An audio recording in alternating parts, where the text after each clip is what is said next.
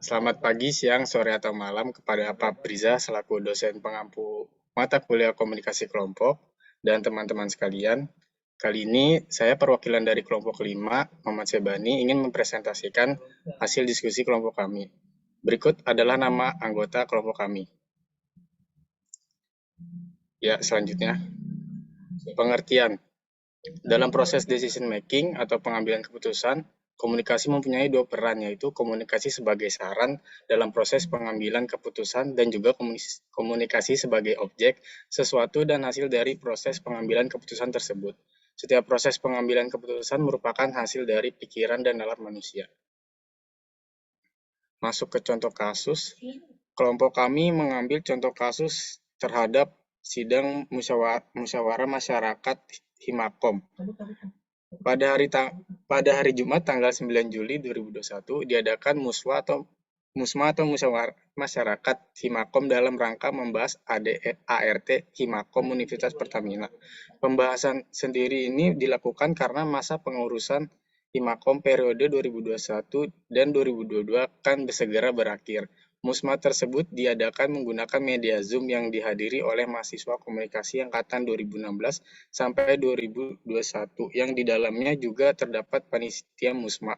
Diskusi atau pembahasan ADART sendiri dipimpin oleh 3 orang presidium untuk memimpin dan mengatur jalannya Musma agar berjalan dengan lancar.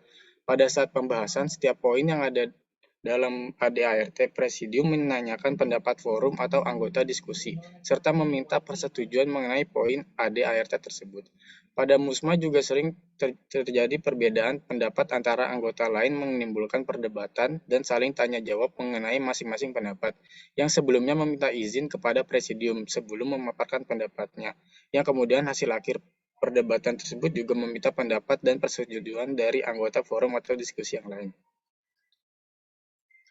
Next. Analisis contoh kasus tersebut. Yang pada tahap persiapan diskusi, moderator dan para anggota aktif Himakom memulai pembicaraan mengenai topik diskusi dalam kelompok, yaitu pembahasan ADART. Lalu pada tahap introduction, tahap ini mereka memperkenalkan dan menjelaskan topik diskusi yang akan dilakukan dalam kelompok.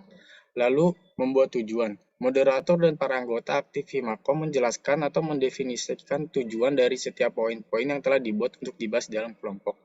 Lalu pada tahap pengumpulan informasi, panitia Musma mengumpulkan informasi mengenai isi ADART dari kepengurusan sebelumnya atau kepengurusan periode 2020 dan 2021, membuat dan melaksanakan rencana yang terstruktur dalam menyelesaikan tugas dan diskusi. Diberikan beberapa poin terkait kepengurusan yang ada berakhir.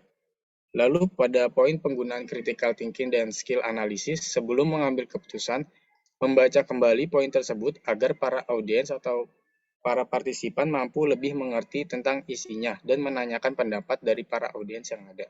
Lalu poin yang terakhir atau tahap terakhir menyampaikan hasil keputusan atau informasi.